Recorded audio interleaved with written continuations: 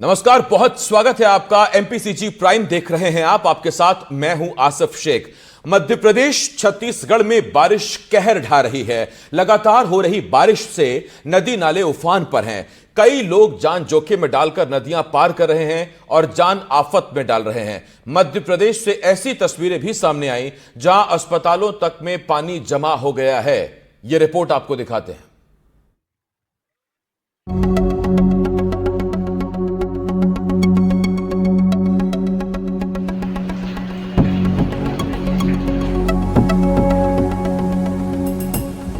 मध्य प्रदेश और छत्तीसगढ़ में मानसून की एंट्री के साथ ही आफत भी शुरू हो गई है। तेज बारिश से कई नदियां उफान पर हैं, जिसकी वजह से कई रास्ते भी बंद हो गए हैं। ये तस्वीरें शिवपुरी की हैं। भारी बारिश के बाद शिवपुरी के कुंवरपुर गांव के पास से गुजर रही खेरिया नदी उफान पर थी। कुछ युवकों ने ट्रैक्टर ट्रॉले की मदद से नदी पार करने का प्रयास किया और उनकी जान आफत में पड़ गई। नदी के तेज बहाव में ट्रैक्टर ट्रॉली पलट गई। इस दौरान ग्रामीणों ने ट्रैक्टर में सवार चारों युवकों का रेस्क्यू किया। इधर सिंगरौली जिले में पिछले 2 दिनों से भारी बारिश के बाद बाढ़ जैसे हालात पैदा हो गए हैं। सिंगरौली सोनभद्र मार्ग लगातार बारिश के कारण पूरी तरह से जलमग्न है। सड़कों पर समुद्र जैसा नजारा दिखा। नदियां सड़कों के ऊपर से बहती नजर आईं। जलभराव के बीच से स्कूली बच्चे जान जोखिम में डाल सड़क पार करते नजर आ रहे हैं। यहाँ ग्रामीण पिछले कई साल से पुल बनाने की मांग कर रहे हैं, लेकिन समस्या जस की तस बनी हुई है। मोरना में 3 दिन से रुक रुक कर बारिश हो रही है। बारिश लोगों की मुसीबत बन गई है। शहर के प्रमुख बाजार, सदर बाजार, लोहिया बाजार, पंसारी बाजार के मार्ग और कई शासकीय कार्यालय परिसर में 1-1 फीट पानी भरा दिखाई दिया, जिससे लोगों को आने जाने में भारी परेशानियों का सामना करना पड़ रहा है। मोरना के पोरसा सरकारी अस्पताल में बारिश ने सारी व्यवस्थाओं की पोल खोल दी। कुछ ही देर की बारिश में अस्पताल में पानी भर गया। पानी सिर्फ अस्पताल परिसर में ही नहीं, वार्ड के अंदर भी घुस गया। अस्पताल में पानी भरने से अफरा तफरी का माहौल है। मरीजों के परिजनों का आरोप है कि जलभराव की शिकायतें तो की गई, कार्रवाई कुछ नहीं हुई। वहीं अधिकारियों का कहना है कि नई बिल्डिंग बनाई जा रही है, जिसमें जल्द ही अस्पताल शिफ्ट कर दिया जाएगा। इधर गुना में तेज बारिश के बाद जिला अस्पताल में पानी भर गया। जिला अस्पताल के प्रसूता वार्ड में अचानक पानी घुस जाने से मरीज परेशान हो गए।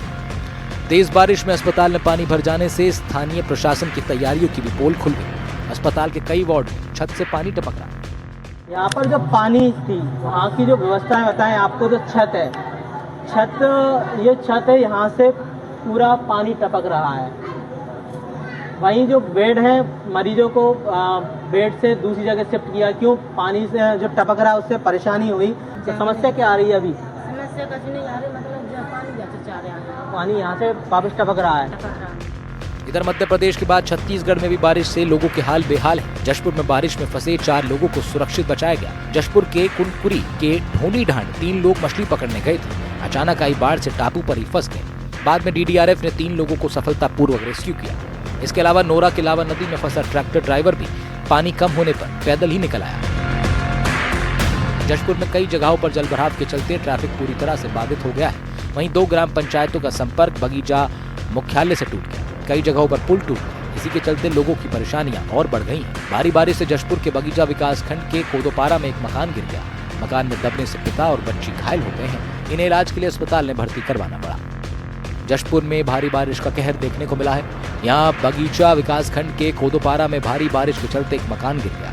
मकान में दबने से पिता और बच्ची घायल हो गए हैं, जिन्हें इलाज के लिए अस्पताल में भर्ती करवाना पड़ा। एमपी और छत्तीसगढ़ के कई इलाकों में लगातार हो रही बारिश लोगों की परेशानी का कारण है। मौसम विभाग ने आने वाले दिनों में एमपी और छत्तीसगढ़ के कई इलाकों में भारी बारिश का अलर्ट भी जारी कर दिया है। Bureau report, NDTV Madhya Pradesh Chhattisgarh. Sonam Raghuvanshi को इंदौर से गाजीपुर तक छोड़ने वाले कैब ड्राइवर ने बड़े खुलासे किए हैं। इधर शिलांग पुलिस को सोनम के उस मोबाइल की तलाश है जो उसने राजा की हत्या के बाद इस्तेमाल किया था। पुलिस को शक है कि किसी ने जानबूझकर सोनम का मोबाइल और सामान छिपाया है।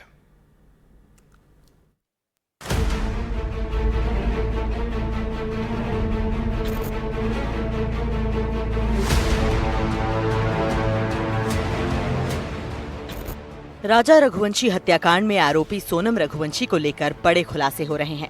राजा की हत्या के बाद सोनम इंदौर आ गई थी और इंदौर से कैब के जरिए गाजीपुर पहुंची थी। सोनम को गाजीपुर तक पहुंचाने वाले कैब ड्राइवर पीयूष ने शिलांग पुलिस के सामने जो खुलासे किए वो हैरान करने वाले हैं। बुर्का पहनकर टैक्सी में बैठी थी सोनम। लसूड़िया क्षेत्र में फ्लैट से टैक्सी में बैठी। सोनम गाजीपुर में बाईपास पर उतर गई।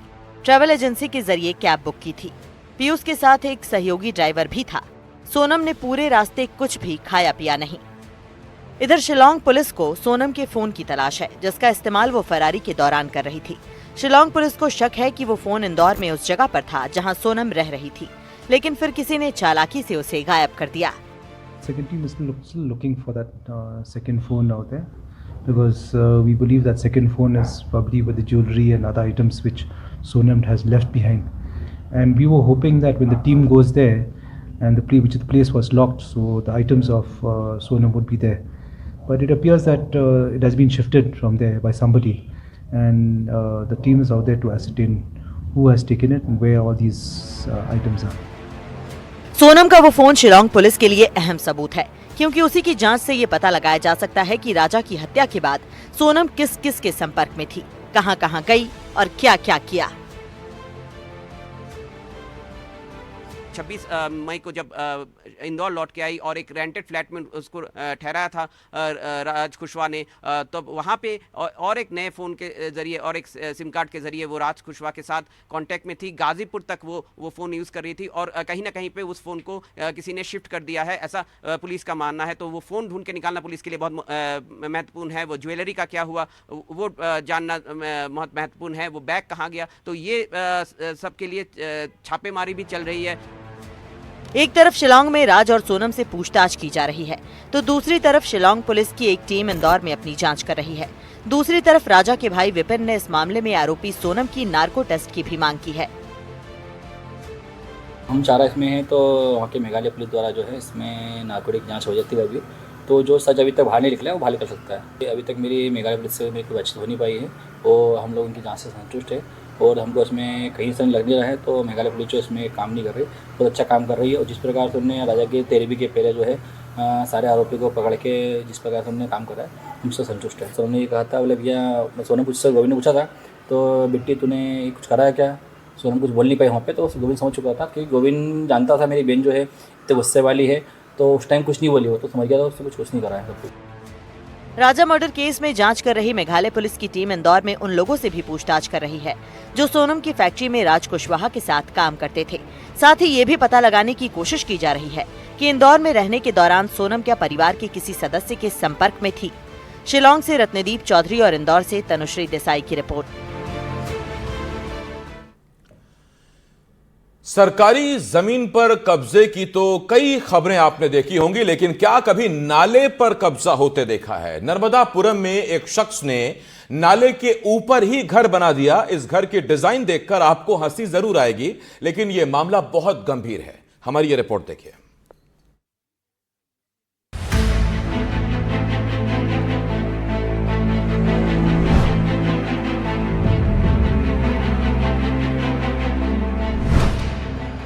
दुनिया भर में तरह तरह की इमारतें बनती हैं, लेकिन गंभीर चुनौतियों का सामना करके जो इमारतें बनाई जाती हैं वो इतिहास में अमर हो जाती हैं। जैसे नाले रूपी चुनौती से कैसे पार पाया जाता है, उसका उदाहरण आपके सामने है। हम दावे से कह सकते हैं कि ऐसा निर्माण आपने तो कभी नहीं देखा होगा। अजब एमपी का ये गजब का कारनामा नर्मदापुरम में हुआ है। नर्मदापुरम के वार्ड 14 में रहने वाले राम भरोसे अहिरवार ने नाले के ऊपर ही घर बना लिया। नीचे नाला बह रहा है, ऊपर मकान है, नाले को कोई तकलीफ नहीं, तो इस घर का निर्माण करने वाले राम भरोसे को भला क्या तकलीफ होगी? थोड़ी बदबू सह लेंगे, लेकिन सरकारी जमीन पर अतिक्रमण का मौका क्यों छोड़ें? धन्य हो इस घर का निर्माण करने वाले जिन्होंने कम से कम इस नाले पर दया की, कम से कम उसके बहने के लिए जगह छोड़ दी। वरना जो ऐसा कारनामा कर सकते हैं वो नाले का रुख भी तो मोड़ सकते थे। इस बिल्डिंग को देखकर हैरान होना वाजिब है, लेकिन असली हैरानी आपको तब होगी जब आप ये सुनेंगे कि इस घर को बनाने के लिए नगर पालिका ने एनओसी दी है। सही सुना आपने, घर बनाने वाले राम भरोसे अहिरवार का दावा है कि उन्होंने नगर पालिका के भरोसे पर ही तो ये नायाब नमूना बनाया है। ये घर बनाने के लिए एनओसी जारी करने वाले नगर पालिका के इंजीनियर महेंद्र तोमर का कहना है कि उन्होंने राम भरोसे के हिस्से की जमीन पर घर बनाने की एनओसी दी थी। श्री राम भरोसे अहिरवार को उनके स्वामित्व का भूखंड जो उनकी रजिस्ट्री में दिखाया हुआ है उस पर नियम के अनुसार सभी नियमों का पालन करते हुए भवन निर्माण की अनुज्ञा दी गई है। इसके बाद अभी जानकारी में आया है कि उनके द्वारा कुछ नाले के ऊपर निर्माण किया गया है, तो इसकी जांच करी जाएगी और जो भी गलत निर्माण होगा उसको हटा दिया जाएगा। इंजीनियर साहब शायद ये भूल गए कि एनओसी जारी करने के बाद इंस्पेक्शन पर भी जाना होता है। उनकी भूल को धूल और सीमेंट में मिलाकर राम भरोसे ने नाले के ऊपर अपना महल खड़ा कर दिया। अब मामला सामने आया तो वो अधिकारी जिनकी जिम्मेदारी निर्माण कार्यों पर नजर रखने की थी, अब कार्रवाई की बात करते नजर आ रहे हैं। डोंगरी क्षेत्र में वार्ड क्रमांक 14 में एक नाले पे लोगों ने निर्माण कर लिया है, तो ये गंभीरता से लिया जा रहा है। हमने सीएमओ को निर्देश दे दिए और तहसीलदार को भी निर्देश दे रहे कि इसका परीक्षण करें। यदि शासकीय भूमि में कोई अवैध निर्माण काम किया हो पानी की रुकावट को, तो वैधानिक कार्रवाई करके हटाया जाए। अधिकारी अब कार्रवाई की बात कर रहे हैं। उस एनओसी की भी जांच की जा रही है जो मकान बनाने वाले शख्स को जारी की गई थी। क्या वाकई नाले पर निर्माण की अनुमति दी गई थी या मकान बनाने वाले ने थोड़े को ज्यादा समझकर नाले पर अपना महल ही तान दिया? एनडीटीवी के लिए नर्मदापुरम से संजय दुबे की रिपोर्ट। बेमित्रा में मुर्गे मुर्गियों की लूट मच गई। मामला नांदघाट थाने के टेमरी गांव के पास का है। वाहन पलटने के बाद स्थानीय लोगों ने मुर्गे मुर्गियों की लूट मचा दी। ये एक घटना काफी कुछ कह गई। यह रिपोर्ट देखिए और कुछ मंथन भी कीजिए।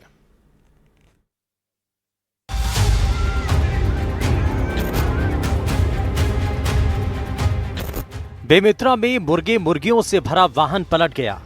जब ऐसा हुआ तो फिर क्या हुआ वो आप देख ही रहे हैं, लेकिन पूरे यकीन से कह सकते हैं कि जो हुआ वो ठीक नहीं हुआ। वाहन चालक अंदर ही फंसा रहा, लेकिन चिंता उसे निकालने की नहीं, लूट की थी, क्योंकि लूट की छूट स्वतः ले ली गई थी। वाहन में भरे हजारों मुर्गे मुर्गियां राहगीर और ग्रामीण ले गए। वाहन का क्लीनर ड्राइवर को बाहर निकलने का अनुरोध करता रहा, किसी और की अमानत ले जाने से मना करता रहा, पर लोग नहीं माने। इंश्योरेंस वाले इस घटना को देख स्कीम ला सकते हैं, मुर्गियों की यूं असमय मौत और लूट का डबल कवर दे सकते हैं, लेकिन यहां न्यूनतम मानवीय संवेदना और भरोसे की जो क्षति हुई उसकी भरपाई मुमकिन नहीं है, न किसी बीमा के जरिए न ही किसी और रास्ते से। मुर्गे मुर्गियों का क्या, उन्हें आज नहीं तो कल जाना ही था, लेकिन उससे पहले ही यूं लुटना, लुटते हुए कईयों का जान गंवा देना और फिर मुफ्त में कटना सब कुछ हैरान कर गया। संभव है कि रिपोर्ट देखते हुए कुछ लोग घरों में इन लुटी हुई मुर्गियों की दावत उड़ा रहे होंगे। मुमकिन है कि कुछ तो हजम भी कर चुके होंगे। मुफ्त की इस दावत का आपको यकीनन बड़ा आनंद आया होगा, लेकिन कहीं इस ट्रक के गरीब चालक क्लीनर को आपकी यही दावत बड़ी महंगी ना पड़ जाए। भगवान न करे ट्रक और इन मुर्गियों के मालिक की कुदृष्टि उसकी रोजी पर ना पड़ जाए। माना कि हमारे समाज में अभाव है, लेकिन ऐसा भी नहीं कि लूट के मुर्गे मुर्गियों से पेट भरा जाए। फिर भी अगर ऐसा है तो ये गंभीर है। ऐसी तस्वीरों से हमारे समाज की एक इमेज बनती है, एक नैरेटिव सेट होता है, और ये जो इमेज पेश होती है वो हमारे ही हक में नहीं है। एनडीटीवी के लिए बेमित्रा से सुजीत शर्मा की रिपोर्ट।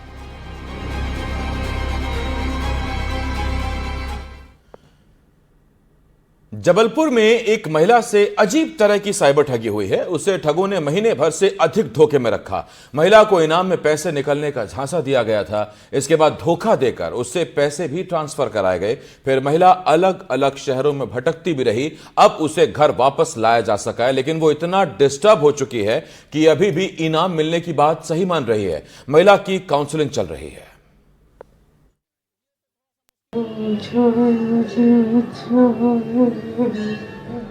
बचाओ मुझे, बचाओ मुझे, ऐसा ही कुछ कहती ये महिला खुद को संकट में दिखा रही है। ये बताने की कोशिश कर रही है कि उसका अपहरण हो गया है, लेकिन ऐसा कुछ भी नहीं हुआ है। महिला का वास्तव में अपहरण नहीं हुआ है। वो तो दरअसल किसी के हाथों की कठपुतली बनी हुई है। वो क्या कर रही है उसे खुद ही पता नहीं है। इस वीडियो की पूरी कहानी आपको बताएंगे। लेकिन पहले पूरी कहानी सिलसिलेवार तरीके से समझिए।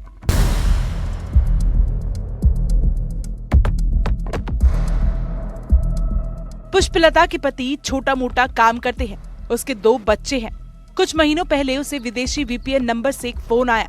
उसे बताया गया कि उसने सोना, हीरा और 10 लाख रुपए की लॉटरी जीती है, लेकिन इस इनाम को पाने के लिए पहले ऑनलाइन कुछ पैसे जमा करने होंगे। फिर ठग महिला से नियमित तौर पर संपर्क करने लगे। कुछ समय बाद ठगों ने नया नाटक रचा। कहा कि जो व्यक्ति लॉटरी का इनाम लेकर आ रहा था, पुलिस ने उसे पकड़ लिया है। महिला का आधार कार्ड भी उसके पास है, लिहाजा अब वह भी गिरफ्तार हो सकती है। डर और लालच के बीच फंसी महिला ने 4 लाख रुपए ऑनलाइन भेज दिए। जब घर वालों को इतने बड़े ट्रांजैक्शन की जानकारी हुई तो उन्होंने महिला से सवाल किए, लेकिन महिला का अब तक पूरी तरह से ब्रेन वॉश हो चुका था। ठगों ने उसे यकीन दिला दिया था कि किसी को बताने से इनाम रद्द हो जाएगा। 23 अप्रैल को महिला मायके गई और 26 अप्रैल को बरगी जाने को कहकर निकली, लेकिन फिर लापता हो गई। 4 मई को गुमशुदगी दर्ज कराई गई। अब सर ये तो मालूम नहीं है, ये पैसे का वो कर रही थी कि पैसा चाहिए। तो हमने कहा कि भैया क्या दिक्कत है, काय के लिए पैसा चाहिए है? तो बोले नहीं, किसी साथ वाली को देना है। इतनी बात थी। और फिर हमने उसको पूछा भी कि भैया ऐसी कौन सी ज़रूरत है, साथ वाली भी है, तो इतना ऐसा क्या है कि तुम सबसे पैसा मंगा के दे रही, 10-20 हज़ार की मदद कर दो इसके बाद। तो बोले नहीं, साथ वाली को बहुत ज़रूरत है इसलिए हम दे रहे हैं। बस इतनी बात थी जी। हाँ, हमने कहा था उसको, जब वो पैसे हमसे तो नहीं मांग पाई, लेकिन आजू बाजू वालों से जब हमने सुना तो हमने उसको सावधान किया। कितने पैसे उसने इस तरीके से? अब ये तो जानकारी मुझे बिल्कुल नहीं है कि उसने कितना पैसा लॉस करी, कितना क्या करी, लेकिन जब वो यहाँ वहाँ से पैसे मंगा रही थी, किसी से 10, किसी से 5, किसी से 50, जो जैसा था उसके हिसाब से वो उनसे पैसे मंगाती रही। ठगों की बात में आकर महिला जबलपुर से मुंबई, फिर सूरत और अंततः दिल्ली तक भटकती रही। वह रेलवे स्टेशनों पर रात बिताती, लंगर या निशुल्क भोजन खाती और जहां संभव हुआ वहां काम कर ठगों को और पैसे भेजती रही। हद तो तब हो गई जब ठगों ने उसे खुद का अपहरण करने का नाटक रचने के लिए कहा। उसने रोते हुए एक वीडियो बनाया और भेजा। ठगों ने 1 जून को उसके पति को ये वीडियो भेजकर 2 लाख रुपए की फिरौती मांगी। रुपए न देने पर उसके शव के टुकड़े कर जंगल में फेंकने की धमकी दी गई। इस घटना के बाद उसकी मां ने मध्य प्रदेश हाईकोर्ट में बंदी प्रत्यक्षीकरण याचिका दायर की। कोर्ट के निर्देश पर पुलिस की 4 टीमों को खोजबीन में लगाया गया। यही नहीं, बताया जाता है कि इस दौरान महिला का फोन चोरी हो गया, लेकिन उसने किसी अन्य व्यक्ति के फोन से परिवार को कॉल किया, जिससे उसकी लोकेशन ग्रेटर नोएडा में मिली। सोमवार को पुलिस टीम ने वहां से उसे सुरक्षित अपने कब्जे में ले लिया। 1 जून को इनकी बेटी को एक अननोन नंबर से व्हाट्सएप कॉल आया, वॉइस ओवर इंटरनेट प्रोटोकॉल के अंतर्गत, जिसमें संदेही द्वारा बताया गया कि उनकी मदर जो है वो उनके कब्ज़े में है और वो इतने रुपए दें, अदरवाइज़ उनकी मदर के ऑर्गन्स को निकाल दिया जाएगा, उनको काट कर फेंक दिया जाएगा, ऐसे करके। तो इस तरह की फिर जब अपहरण और इस तरह की संबंधित स्थिति समझ में आई तो तुरंत हम लोग सतर्क हुए और इसी संबंध में एक फिर FIR भी दर्ज की गई तत्काल। और महिला की खोज, जो जानकारियां मिली थी तब तक, उसके संबंध में जानकारी प्राप्त करना शुरू किया गया। आरोपियों द्वारा कुछ वीडियोस भी और ऑडियो क्लिप्स भी भेजे गए थे, जिसमें महिला ऐसा लग रहा था कि किसी परेशानी में है, किसी दिक्कत में है, तो इस चीज़ को तत्काल गंभीरता से लिया गया। हालांकि महिला का मानसिक स्थिति अब भी प्रभावित है। उसे चक्कर आ रहे हैं, शरीर कांपता है। उसे आज भी लगता है कि ठग इनाम देंगे और वे निर्दोष है। पुलिस ने उसकी काउंसलिंग शुरू कर दी है। इस सनसनीखेज वारदात को अंजाम देने वाले साइबर ठगों की तलाश जारी है। टीवी के लिए जबलपुर के बरगी से संजीव चौधरी की रिपोर्ट। मध्य प्रदेश के गांव में कई स्कूल ऐसे हैं जिनके पास भवन नहीं है। कहीं स्कूल पेड़ के नीचे लगते हैं, कहीं किराए के एक कमरे में। लेकिन उज्जैन जैसे शहर में एक सरकारी स्कूल टीन शेड के नीचे नाले के किनारे चल रहा है। हैरानी की बात यह है कि स्कूल बनाने के लिए फंड और जमीन पहले से आवंटित है। सांसद अनिल फिरोजिया ने स्कूल का दौरा किया तो स्थिति देखकर वो खुद हैरान रह गए।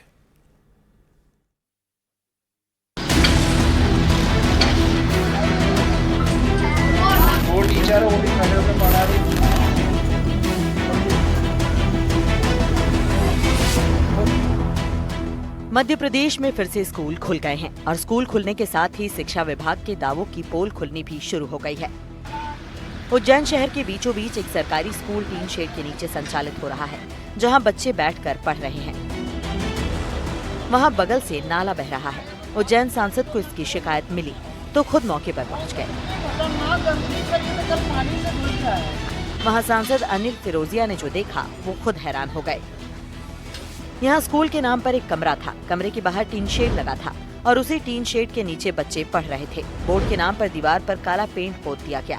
स्कूल के पास में नाला बह रहा था। जवाहर नगर के शासकीय प्राथमिक विद्यालय के ये हाल जब सांसद अनिल फिरोजिया ने देखे तो वो बिगड़ गए। तत्काल मौके से अधिकारियों को फोन लगाया। यहाँ पे ये टीन शेड बना है जिसमें पहली क्लास से 5वीं क्लास तक के बच्चे नीचे बैठे हुए हैं। इनके पास रूम भी नहीं है। और ये जो विजय वर्गीय धर्मशाला की दीवार पे तो बोर्ड बना रखा है। स्कूल के हालात देखकर सांसद की नाराजगी शांत भी नहीं हुई थी कि मौके पर मौजूद शिक्षकों ने मध्याह्न भोजन की खराब क्वालिटी की शिकायत कर दी। फिर सांसद अनिल फिरोजिया ने मौके पर ही भोजन चखा। तब तक सहायक शिक्षा अधिकारी भी मौके पर पहुंच चुके थे। उन्हें भी खाना टेस्ट करवाया। खाने की क्वालिटी देखकर सांसद जी का गुस्सा 7वें आसमान पर पहुंच गया था। बहुत बार आ जाएगा सर, तो बहुत बार आते हैं। किसी के स्कूल के उसमें सर बहुत बार आते हैं। ये देखो ना, हाँ आज तो बहुत ही हालत खराब है। पानी और नमक बस। इस मामले में सांसद अनिल फिरोजिया ने कलेक्टर से भी बात की और जल्द स्कूल निर्माण शुरू करवाने और खराब मध्याह्न भोजन देने वालों पर कार्रवाई के निर्देश दिए। आज स्कूल चलो अभियान जो प्रारंभ हुआ है, आज से ही स्कूल प्रारंभ हुए हैं और मैं भी आज सीधे यहाँ पे शासकीय प्राथमिक विद्यालय जवाहर नगर आया हूँ और यहाँ की स्थिति देख के मेरे को बड़ा ताज्जुब हो रहा है कि यहाँ पे कोई कमरा भी नहीं, एक छोटा सा कमरा वो ऑफिस सा है। बाकी यहाँ पे ये जो देख रहे हो टीन शेड में बच्चे पढ़ रहे हैं और ये कोई विजय वर्गीय धर्मशाला है, उसके दीवार पे इन्होंने बोर्ड बना रखा है। और ये स्थिति है मध्याह्न भोजन में मैंने देखा उसमें सब्जी भी मिला रखी है और दाल और सब्जी दिखी नहीं। मैंने और जो जिला शिक्षा अधिकारी है आधी रोटी उनको खिलाई, आधी मैंने भी खाई। उसमें नमक का पानी है वो। तो क्या स्थिति है, मतलब बड़े शर्म की बात है न, और बच्चों को बैठने के लिए भी नहीं है। तो ये बड़ा मतलब बहुत ही विकट स्थिति है और मैंने अभी कलेक्टर साहब से भी बात करी है और इसको बच्चों की बिल्डिंग बनना चाहिए। ये जो पुलिस डिपार्टमेंट की जमीन थी ये उनको हैंडओवर कर दी शिक्षा विभाग को। उसके बाद क्या कारण है कि स्कूल नहीं बना। बताया जा रहा है कि जवाहर नगर की प्राथमिक शाला के लिए जमीन आवंटित कर दी गई है। राशि भी मंजूर हो गई है। सांसद अनिल फिरोजिया ने खुद 10 लाख रुपए की अतिरिक्त राशि मंजूर की थी, लेकिन आज तक भवन नहीं बन पाया। स्थानीय पार्षद ने इसकी शिकायत सांसद से की तो वो अचानक स्कूल का दौरा करने पहुंच गए। सहायक शिक्षा अधिकारी संजय शर्मा का कहना है कि जल्द से जल्द स्कूल का नया भवन बनाया जाएगा। आज माननीय सांसद जी के द्वारा निरीक्षण किया गया है। यहाँ बिल्डिंग की समस्या है। पूर्व में भवन यहाँ स्वीकृत हुआ था, शहरी क्षेत्र है, इसके लिए राशि नगर निगम को जारी की गई थी। उस समय कोई जो स्थान था उस पर पुलिस विभाग के द्वारा कोई ऑब्जेक्शन होने के कारण वो निर्माण कार्य रुक गया था। शेष राशि नगर निगम के पास है, उनको दोबारा ये काम प्रारंभ करना था। इसके संबंध में माननीय तत्कालीन कलेक्टर महोदय के द्वारा भी निर्देशित किया गया और हम लोगों ने भी बार बार उनसे संपर्क किया है। उनके द्वारा पुनः इसमें रीटेंडर करने का कहा गया है। पूर्व का ठेकेदार जो था उसने चूंकि काम को समय ज़्यादा हो गया तो काम छोड़ गया है। अब वो रीटेंडर की प्रक्रिया हो नहीं पाई है उनकी अभी तक। इसके लिए हमने बार बार पत्राचार किया है और लास्ट का जो पत्राचार है अभी 5-6 दिन पहले ही माननीय कलेक्टर महोदय के हस्ताक्षर से नगर निगम कमिश्नर को दिया है। सहायक शिक्षा अधिकारी जल्द स्कूल भवन बनवाने का दावा तो कर रहे हैं, लेकिन सवाल ये है कि जमीन और राशि आवंटित हो जाने के बाद भी स्कूल का निर्माण शुरू क्यों नहीं हो पाया। उज्जैन से एनडीटीवी के लिए ललित जैन की रिपोर्ट। और डिंडौरी से इस वक्त बड़ी खबर है, जहां एनडीटीवी की खबर का बड़ा असर हुआ है। कलेक्टर ने खराब सड़क का जायजा लिया। बहेरा टोला गांव में कलेक्टर ने जायजा लिया।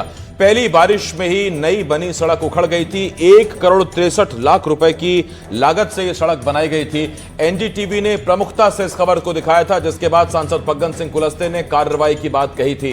तो दो तस्वीरें इस वक्त हम आपको दिखा रहे हैं। एक खराब सड़क की तस्वीर हमने दिखाई थी, लोग हाथों में सड़क के टुकड़े लिए हुए आपको नजर आ रहे हैं और हाथों से ही उसे मसल कर तोड़ने टूट भी जा रही थी सड़क का ये आलम था। और दूसरी तरफ हमने खबर दिखाई तो असर हुआ। कलेक्टर फौरन मौके पर पहुंचे प्रशासन की टीम के साथ और इस मामले में कार्रवाई की बात कही है, उन्होंने संज्ञान लिया है।